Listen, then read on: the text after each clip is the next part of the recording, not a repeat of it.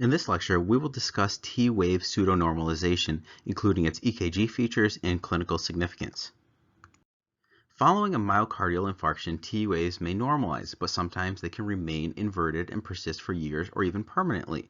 Now, if a patient with previously confirmed T wave inversions on the EKG shows normalization of the inverted T waves during an episode of chest pain, you should suspect myocardial ischemia.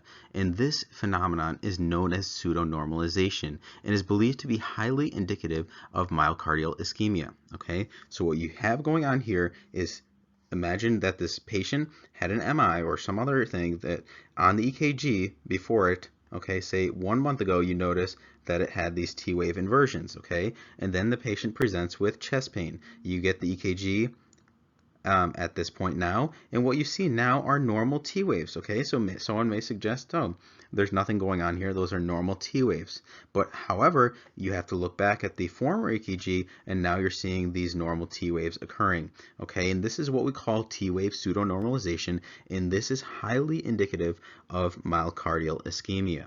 Okay. Now, this phenomenon is important to be aware of and applies regardless of the initial cause of the T-wave inversions, whether it is ischemia or infarction, bundle branch block, ventricular hypertrophy, pre-excitations, pacemaker stimulated, and so forth. For instance, with left bundle branch block, pseudonormalization in the lateral leads, V5, V6, 1 and AVL, is pretty much diagnostic for myocardial ischemia.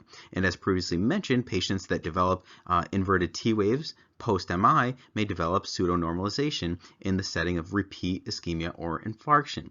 All right, let's review what we discussed before we end here. So T-wave pseudonormalization is when we have these EKGs. So imagine we have these post-ischemic, okay, T-wave inversions present here, okay? So this patient had an MI a few years ago, okay, and they have these that just persisted, okay? So these chronic T-wave inversions, now they present with a chest pain, and now the T-waves are normal, okay? And this is what is highly suggestive of myocardial ischemia, or in this case, we would call this repeat ischemia, okay?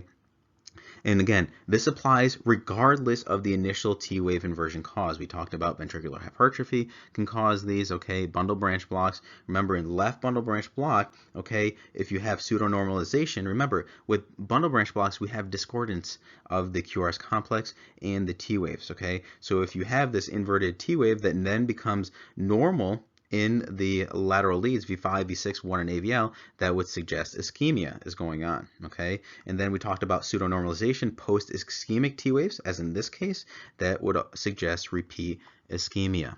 Well, that's the end of this lecture. We discussed T-wave pseudonormalization, including its EKG features and clinical significance. I hope you learned something.